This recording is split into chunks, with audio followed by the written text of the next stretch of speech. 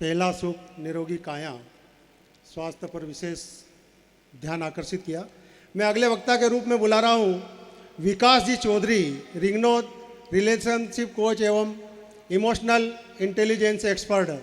कृपया आप पधारे और अपनी बात से सदन को अवगत कराएं। उपस्थित सभी डिग्नेटरीज और मंच के सामने बैठे सभी महानुभावों को मेरा सादर प्रणाम। मेरा नाम विकास चौधरी है। मैं धार जिले के गांव रिंगनोद का रहने वाला हूं। तकरीबन 20-22 सालों से इंदौर में हूं और वहीं से अपनी पढ़ाई कर रहा हूं। हमेशा ऐसी बात होती है ना कि व्यापार की जब बात होती है या एंटरप्रेन्योरशिप की जब बात होती है तो ऐसा कहते हैं कि समाज के अंदर की एक परेशानी को पहचानो और उस परेशानी का सॉल्यूशन दे दो, तो वही बिजनेस है, वही एंटरप्रेन्योरशिप है। कि लोग किस चीज़ से जूझ रहे हैं, क्या परेशानी उन्हें आज आ रही है, उसका प्रोडक्ट तैयार करो, उसका सॉल्यूशन बनाइए और वही आपका बिजनेस है। इसी को एंटरप्रेन्योरशिप कहते हैं। तो मैंने देखा कि जब मैं इंजीनियरिंग मैंने किया, उसके बाद मैंने MBA किया, उस दौरान मैंने रियलाइज़ किया कि एक स्टडी है, क्योंकि मैं रिलेशनशिप पे काम करता हूँ, कपल्स के साथ काम करता हूँ, तो ये मुझे लगता है कि आपको शेयर करनी चाहिए। वो स्टडी ये कहती है कि मान लीजिए 100 कपल्स हैं, 100 कपल हैं। उन 100 कपल में 20 कपल्स ऐसे हैं जो एक दूसरे के साथ बहुत प्यार से रह रहे हैं, बड़ा बेइंतहा प्यार है उनके बीच। उन 100 कपल में 20 कपल ऐसे हैं जो एक दूसरे की शक्ल भी नहीं देखना चाहते, इतनी नफरत है, इतने नाराज, इतने गुस्से में एक दूसरे को लेकर 60 कपल रह गए। ये 60 कपल ऐसे हैं, रिसर्च बताती है कि भारत में 60% कपल्स ये महसूस करते हैं कि मेरा पार्टनर मेरे हिसाब से बेस्ट नहीं है, मुझे और अच्छा मिलना चाहिए था, मुझे और अच्छा मैं डिजर्व करता था। आप समझ रहे हैं? मतलब हमारे बीच में भी 60% लोग ऐसे होंगे जिनके अंदर ही ख्याल है कि भाई और अच्छा मिल सकता था। इन 60 में से 15 कपल्स ऐसे हैं जिन्होंने इस बात को मान लिया कि अब जो है यही है, अब जैसा भी है, जो भी है यही है और इसी को चलाना है, राइट। सारी दुविधा ना उन 45 कपल्स की है जिनको साथ में रहना भी है और जो इस बात को एक्सेप्ट नहीं कर पा रहे कि अब जो भी है यही है। और इनके बीच में दुनिया भर की लड़ाइयाँ हैं, दुनिया भर के झगड़े हैं।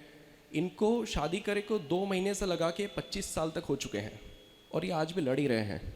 ये आज भी एक दूसरे के साथ रहना नहीं सीखे और इनकी वजह से घरों में कलेश है और दिक्कतें हैं और सारी समस्याएं हैं। तो मुझे लगा कि समाज के अंदर इतनी बड़ी समस्या है, इतनी परेशानी है, तो इस पर कोई काम क्यों नहीं कर रहा, इसका क्या समाधान है। तो मुझे लगा कि मैं इस पर थोड़ा रिसर्च करना चाहता हूँ कि थोड़ा ह्यूमन बिहेवियर पढ़ें, थोड़ा इंसानों को समझें, मेल फीमेल की साइकोलॉजी को थोड़ा पढ़ें, थोड़ा माइंडसेट समझें।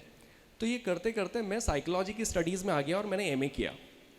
और मैंने देखा कि लोगों को ज़रूरत है ऐसे काउंसलर्स की और ऐसे कोचेस की जो इन 45% कपल्स के साथ काम कर सके। और मैंने इनके साथ काम करना शुरू किया।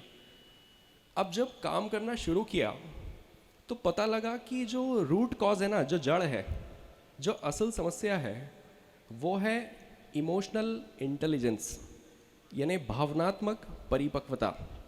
एक इंसान के अंदर अपने इमोशंस और अपनी इच्छाओं को संभालने की शक्ति का ना होना उसकी ज़िंदगी में बहुत बड़ी परेशानी का सबब है, राइट।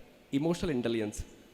तो इमोशनल इंटेलिजेंस पे काम चालू किया तो पता लगा कि सिर्फ रिलेशनशिप में ही नहीं, इस चीज़ की यूटिलिटी तो हर एरिया में ही है, हर जगह ही है। मैं आपको बताऊं कि कुछ दिन पहले इंदौर के सेंट्रल जेल में कैदियों के साथ एक सेशन कर रहा था। कैदियों के साथ बहुत हर्ट में, गिल्ट में, ग्रीफ में, बहुत दुख दर्द में, बहुत गुस्से में, बहुत नाराज़गी में, बड़ी व्यथा में वो लोग रह रहे हैं।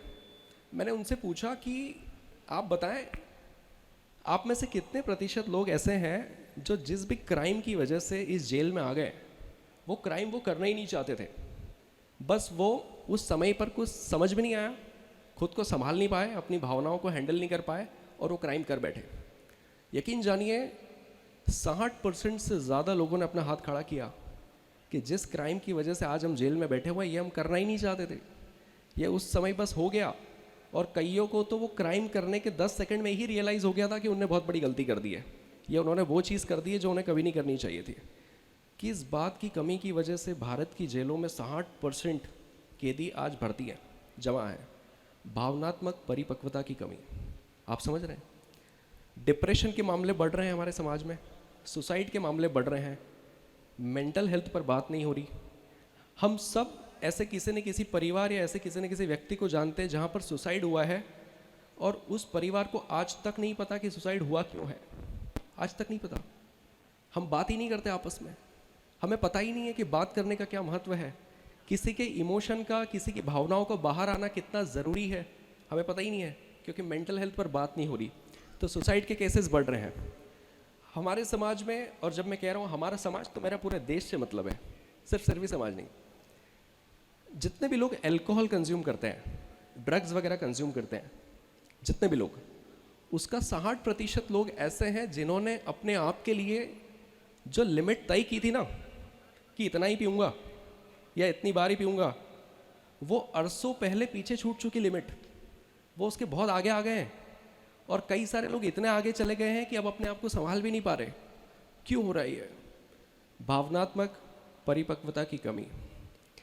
हमारे समाज में, हमारे देश में जितने प्रतिशत लोग आज कर्जे में हैं, किसी भी प्रकार का कर्जा, उसमें से 60% लोग वो हैं जो कर्जे में सिर्फ इसलिए है क्योंकि वो अपनी भावनाओं को संभाल नहीं पाए वो फैसला लेते टाइम जो उन्हें एक फाइनेंशियल फैसला लेना था।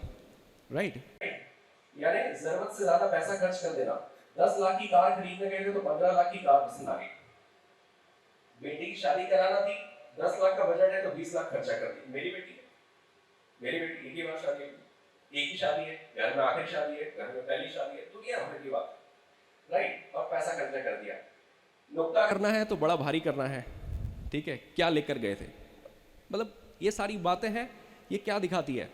ये समाज में भावनात्मक परिपक्वता की कमी दिखाती है। ये भावनाएं अच्छी नहीं है, ये भावनाएं हमको खा रही है, ये हमें नीचे लेके जा रही है, ये सब कुछ ख़त्म कर सकती है। आप समझ रहे हैं? तो कर्जे में जितने लोग हैं उसका 60% लोग अपनी वजह से कर्जे में है। वो मजबूरी में कर्जे में नहीं गए, अपने लिए हुए फैसलों की वजह से कर्जे में है। चाहते तो संभल सकते थे। तो कर्ज हो गया, ड्रग्स हो गया, रिश्तों की बात हो गई जहाँ पर इतनी बर्बादी है भावनात्मक परिपक्वता की वजह से। इंसान अपने इमोशन नहीं संभाल पा रहा है। आप देखिए कि पहले लोगों में इमोशंस में इतनी गहराई होती थी कि बहुत चिंतन करते थे, खूब सोचते थे कोई फैसला लेने के पहले। पर आजकल की जनरेशन को आप देखिए, जो बच्चे हमारे आसपास हैं, इन लोगों को ऐसे प्यार होता है किसी से, और 2 दिन अगर कोई रिप्लाई ना करे या ठीक से बात ना करे तो ऐसे नफरत भी हो जाती है। अगर 2 पैसे कमा ले तो इतना खुश हो जाएगा कि जाके ऐसे खर्च कर देगा, और थोड़ा सा कर्जा हो जाए तो डिप्रेशन में भी चला जाएगा।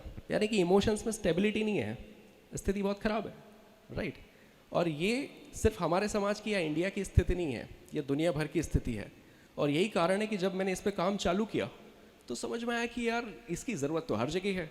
तो आज 17 कंट्रीज़ में मेरे क्लाइंट्स हैं जिनको मैं अपनी सेवाएं दे रहा हूँ सिर्फ इमोशनल इंटेलिजेंस पर काम करने के लिए। इमोशनल इंटेलिजेंस के कोचेस बनाने की ट्रेनिंग भी देते हैं। तो 5 से ज़्यादा देशों में मेरे स्टूडेंट्स हैं जो लोगों को सिखा रहे हैं कि हम भावनात्मक रूप से परिपक्व कैसे बने और अपनी ज़िंदगी का संतुलन कैसे बना के रखें।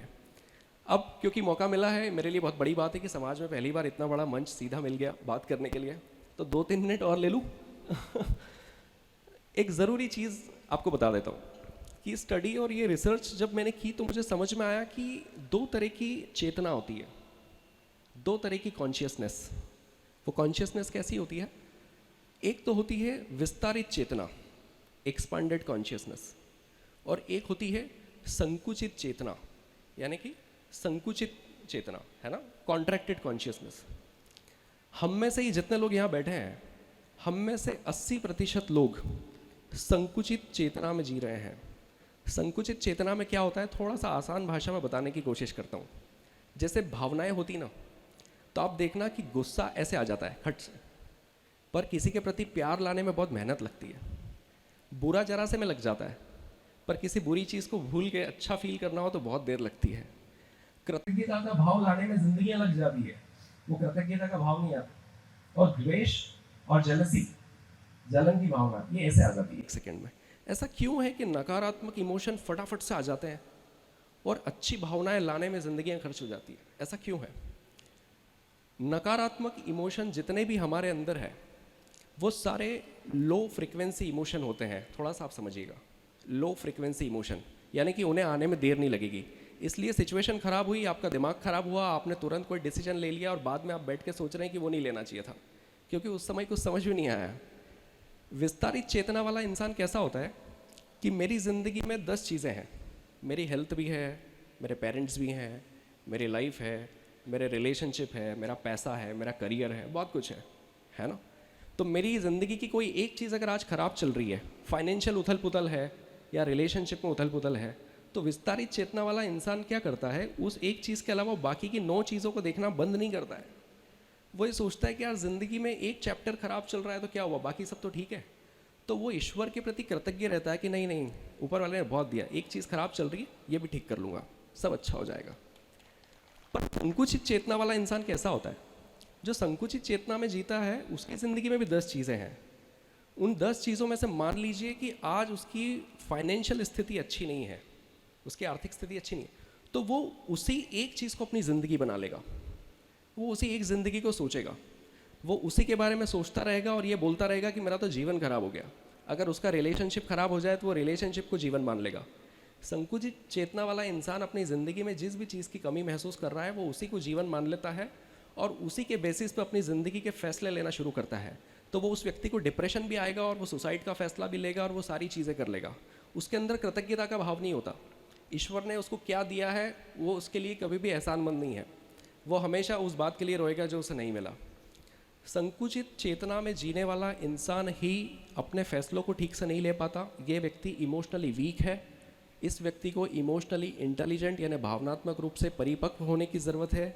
यही वो व्यक्ति है जो ये सोच लेता है कि नुक्ता करना है या शादी करनी है या फलानी चीज़ खरीदनी है, 10 लाख की कार खरीदनी है तो 20 की खरीद ली। ये सारे डिसीजन संकुचित चेतना वाले लोग लेते हैं और ये खुद अपनी ज़िंदगी को मुश्किल बनाते हैं।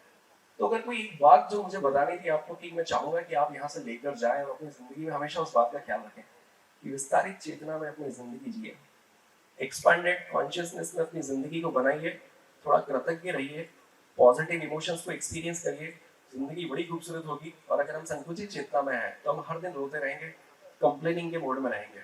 बहुत बहुत धन्यवाद, आप लोगों ने बहुत मौका दिया, बहुत अच्छे से सुना और जय माता दी।